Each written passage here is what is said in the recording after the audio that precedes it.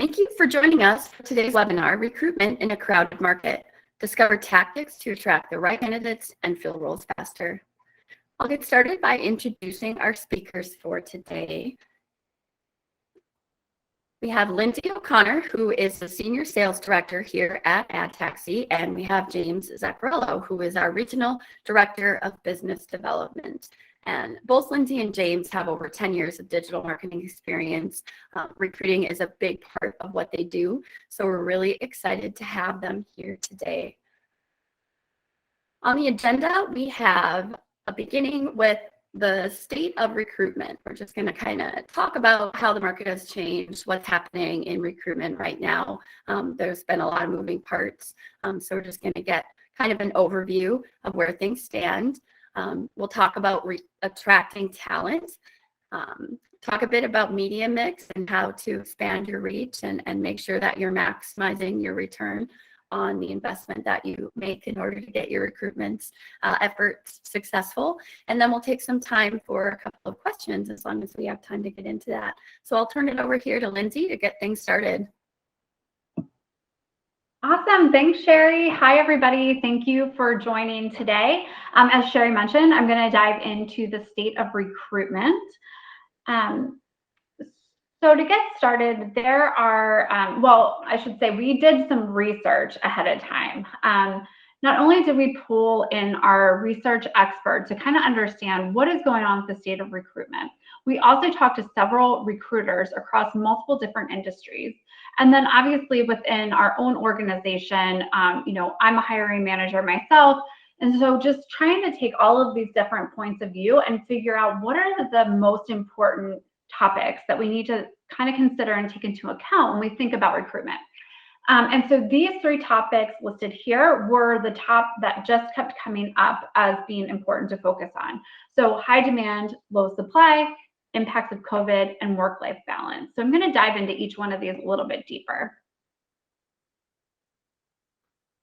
So first, we're going to look at high demand and low supply.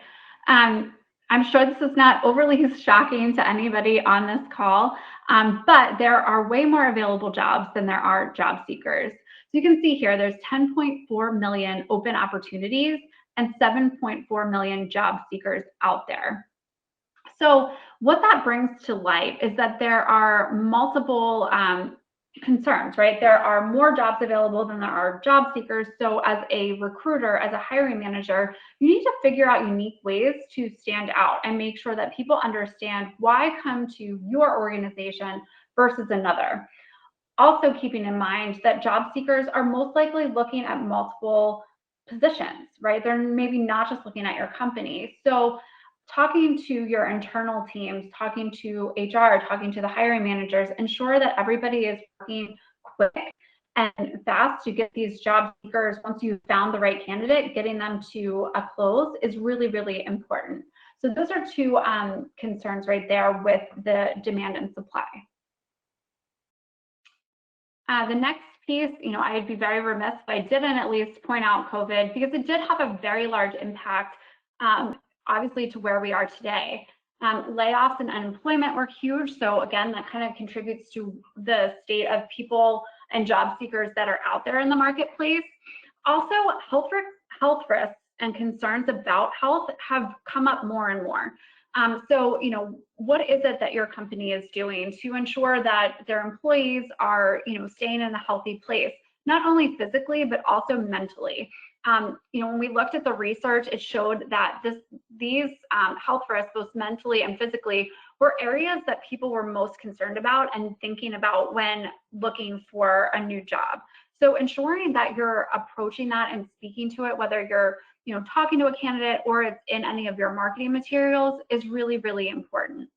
And then another piece too, that I think with COVID, we always hear about the Great Resignation. And although, yes, it's true, people are finding new jobs, you know, maybe they just have discovered new talents or interests. There's also the flip side, which could be considered the Great Recruitment. There's a lot of people out there that are willing to look at new jobs that maybe never have before. And so again, I think as recruiters, you could be very, very proactive to go after and try to find these people with the right creative and messaging, which we'll obviously get into in a little bit.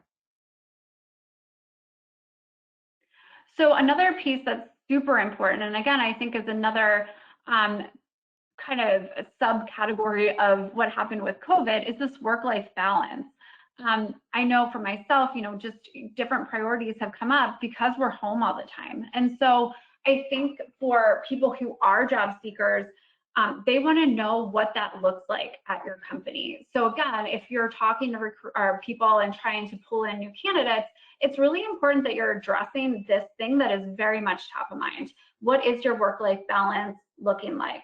And you can see here on the stats, it says 81% say company culture is very influential in deciding on a new job. I know here at AdTaxi, we try really hard to create a good culture and try to come up with contests and games and fun things for us to engage and talk to people across the country as well as across departments. And so just, having some of those little tidbits at your fingertips when you're talking to recruiters or in your messaging is also really key. So what does this mean? Probably not surprising, job searchers are in control. And so they really are, kind of at the helm here of what is going to take place. But again, that doesn't mean you have nothing you can do. I think, some of the topics that I just pointed out, making sure that you are very clear on it, making sure that you are kind of addressing those concerns head on, not waiting for that to even be addressed. Also communication. So yes, communication with candidates, not only when you get them on the phone, but I would say also in different ways than maybe what you're used to doing. James is definitely going to touch on this, but I think, you're going to have to try some different channels and different marketing strategies than you ever have before. And that comes to my other point with communication. Communicating internally is also super key. So making sure that you're speaking with the hiring managers, making sure they understand the speed at which trying to hire these candidates is key. And then also with your marketing department. HR and marketing, I think, are coming together more and more than ever before. And so really working strongly together helps both of you, right? It's going to help your recruitment strategies by putting out more testimonials and reasons why people should come work for you. And then it's also, on the flip side, just going to help with pure branding of your organization. So I think those two teams can work so seamlessly together to help, the rising tides raises all ships type of mentality. So attracting talent. So how do we do this? As I mentioned, James is going to dive in a little bit deeper, but I think first understanding, kind of who you're going after and what it is that you want to communicate and convey is also really important. So we talked about culture. Obviously, yes, being clear on what your culture is, what makes you all special is very important. Also sharing engaging stories. Did something happen internally that was really cool that we want to just kind of put out there as like a feel good? Or can you use some employee testimonials? I know we have some really great longstanding employees and new employees who have done some articles on AdTaxi's behalf, just sharing, why they love working here. Those things go a very, very long way. And again, it's coming right from the horse's mouth, which I think is super important. And all of these components can be put into your creative messaging. And again, James is going to kind of get to how exactly you can use those creatives. So prioritizing communication. Target audiences might want to hear things differently. So we know that there's the active job seekers as well as the passive. Active, they're probably going to those job boards. They might be coming to your website directly. Again, you might want to nurture them and get them a little bit more engaged because they're already in that process, right? So that quickness and really hitting things head on is going to be important. The passive job seekers, you want to make sure that you are, again, expressing all of these things that I had mentioned before, and also being very unique in how you're going to reach out to them. Also building and maintaining awareness. So staying in front of your candidates throughout the entire process. You don't want to just message them once or twice. We want to stay in front of them throughout their entire job search. Because as I mentioned before, most people aren't just looking at one job. They're looking at multiple places. And so staying in front of them very creatively and assertively is going to be important. And then also ensuring that some sort of retargeting is a part of your strategy. And again, James is going to get into this, so I will turn it over to him so he can actually go through the levers and the tools that can be utilized. Awesome. Thanks, Lindsay, and thank you so much for the great introduction into this in the arena of recruitment and what's happening so far this year in 2020 with some great metrics. So Lindsay's right. Yes, let's talk about a little bit of the the nuts and bolts, as I say, or the sauce that goes into potentially expanding your audience. So expanding your digital reach is extremely important to any successful recruitment strategy. There are a few core tenets that should remain consistent in that strategy, though. So, like first, posting to traditional job boards and the Indeeds, the Monster.coms, and whatnot. These jobs boards typically are top of mind when job seekers are in the market, whether they're active or passive, because largely, a lot of these job boards, what they do is they do a tremendous job of outbound marketing, branding, building their awareness and their marketing presence. So showcasing your business to potential candidates will only help differentiate your company from others offering similar positions. And we cannot negate the power of social media and the social channels that exist for recruiters. In fact, in a recent survey, 63.4% of respondents said they applied for a job from seeing some sort of ad on a social network, whether that be LinkedIn, Facebook, whatnot. So in the next few slides, I'm going to go through and how to create a robust recruiting campaign utilizing some key strategies to cut through a lot of that noise that's only increased this year in 2021. So in order to talk about strategy, we first got to talk a little bit about data and targeting. And Lindsay, mentioned in the previous slides, regarding how important it is, to target the right job seekers with the right message and whatnot. But before we run through this sample campaign architecture, it is extremely important to understand where this fits into your recruitment strategy. The hardest decision in all of marketing is to figure out who the target audience is and how to reach them. The challenge remains the same in recruitment. There are several ways to leverage targeting and data to benefit your recruiting efforts and produce a positive return for your investment in reaching out to these job seekers. The first one is utilizing first-party data to create a lookalike audience. This will only help increase the likelihood of a quality visit and conversion, e.g., an applicant. This audience will mirror the ideal candidate that may have already been hired. Retargeting is also a very important piece of the strategy.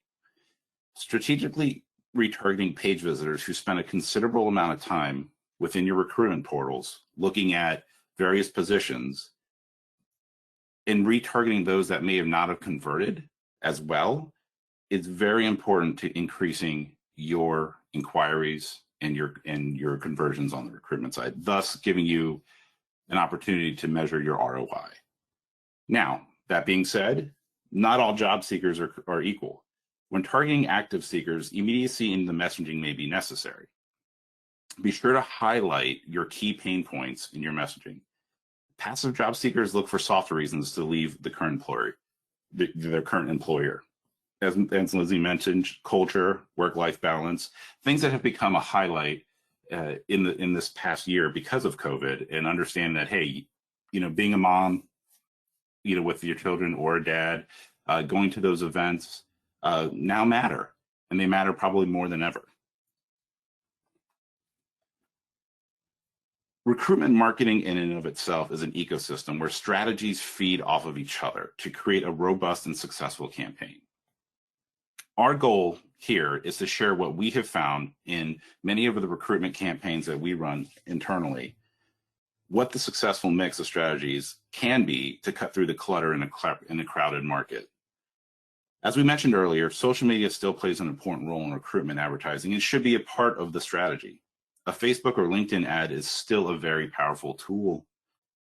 We all know of someone or a friend of a friend that may be looking for or interested in a new employment opportunity. People will still share or tag someone they know in a recruitment post to help that person reach gainful employment. It's only human nature to help those that we care about. Along the same vein, you can reach extended audience through a programmatic approach. and that includes display, native, and social display. These strategies offer the opportunity to expand audience reach and put your message in front of more potential candidates. There are several advantages to programmatic strategy. The biggest, probably most important one, is targeting. We can target based off the SIC code, job titles, and even content, which helps with the specific nature of your recruitment efforts. So if there's similar job titles like a mechanical engineer or even a nurse that you want to go after, those particular audiences, we can do that programmatically. The second aspect of the advantage of programmatic advertising would be the creative. You have the ability to run multiple creatives for all openings versus just one post for one position. Then there's also the opportunity for dynamic messaging as well. You can change the message to cater to passive versus active job seekers. On the display front, standard ads that are served on desktop and mobile and tablet offer the opportunity to reach your audience in more places than ever before. And this actually will really help cut through the clutter as they're reading, consuming content on within their daily lives. Native advertising is the chameleon of all programmatic advertising. These units are designed to have the same look and feel of the website they are displayed on. One of the main benefits of a native ad unit is the ability to have a headline and description copy along with your image and creative. This allows you to speak to that potential employee and explain to them what your culture is like, but basically answering the question of why they should consider your positions. And lastly, social display offers the ability to take a recruitment social post on LinkedIn or Facebook and turn into a programmatic ad reaching more of your targeted audience at a lower cost. These units will definitely catch the eye of a target audience because they do not look like a standard unit. They offer the ability to interact and, in fact, learn more about your company through your social channels and how you interact with your culture. The last strategy really is paid search. Now, paid search is a solution for specific audiences. This strategy is used to capture an audience who has an immediate need. This keyword-based approach allows campaigns to be built based on a category or your specific key industry terms. Now, that being said, paid search is not for everyone. What we have identified is paid search primarily works well with positions where there's always a need. Manufacturing, sports teams during the season, packaging, transportation, safety and security, and entertainment events are some of the industries which have displayed an immediate need. And there's also an advantage for large companies with many open positions. And of course, there's the highly specialized positions that take a very specific person or target that needs to be identified and who may only search in a certain way to look for those positions. The biggest point and takeaway from this is that it is important to note that this is just a sample, and strategies can and should be customized to fit your specific needs. Refining your approach and looking at the campaign as a whole is a very important part of having a successful campaign. Monitoring performance is vital to any successful campaign. The previous sample architecture we discussed is all trackable. Performance is key to maximizing the ROI, as I mentioned before, but pivoting where it matters is probably the most important part of any recruitment campaign. Determining what message is working or not and which campaign is working or not, and pivoting your strategy will result in that positive return. But where possible, it is important to connect your campaign with the applicant management system or CRM. This will help further quantify how well your campaign is performing, but also allow the process to identify opportunities to retarget and communicate with applicants throughout their hiring journey. Because as Lindsay mentioned, the consistent communication with applicants is important. They want to feel connected to your organization. And lastly, as Lindsay mentioned, working with your marketing team, it's a team effort after all. So it helps identify an approach that works for your organization as a whole. In today's market, it is extremely crowded, and with the combined effort with HR and marketing, this will ensure a positive result and provide insights that both the marketing team and actually the human resources team will find valuable to the organization. And with that being said, let's open up to Q&A. Thanks, James. That's perfect. Sherry, do you know, I believe you're monitoring the questions. Have any come in? Yeah, I've got a couple of questions here for you guys. For the first one, I have a question here that just says, what about LinkedIn?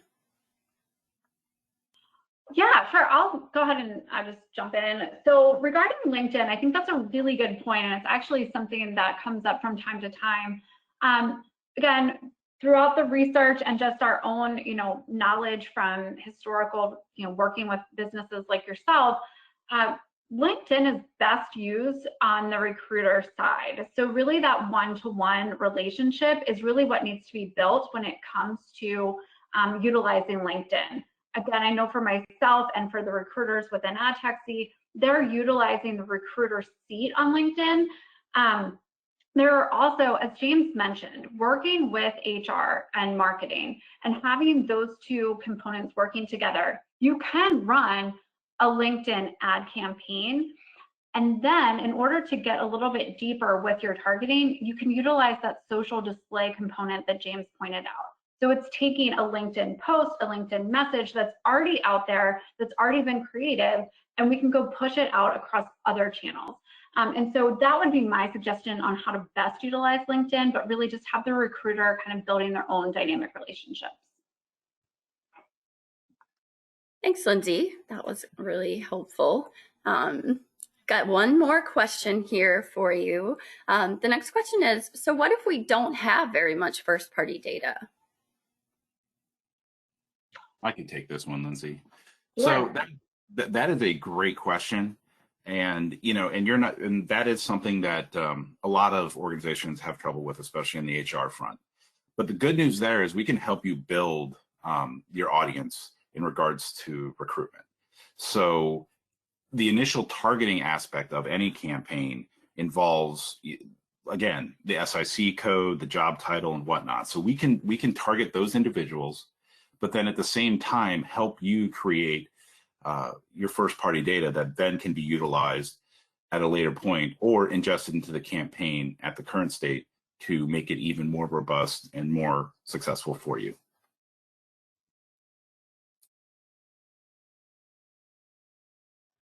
Well, great. That's all the questions that I have for you. So if you guys want to go ahead and take it away here. Sure. As always, obviously we gave some nuggets of information, but if you ever need more information from us, please feel free. You can see the numbers listed here. There's also info@adtaxi.com that is monitored on a daily basis. So feel free to reach out in that regard. And also we have a free white paper that you can download here. James and I actually were a part of kind of coming up with it. So you can get some more insights and tips and tricks there. But I think that's it. And please, again, if you have any questions, need more clarification on anything, very excited to, chat. And with that, I will thank you and hope you all have a wonderful rest of your day. Thank you.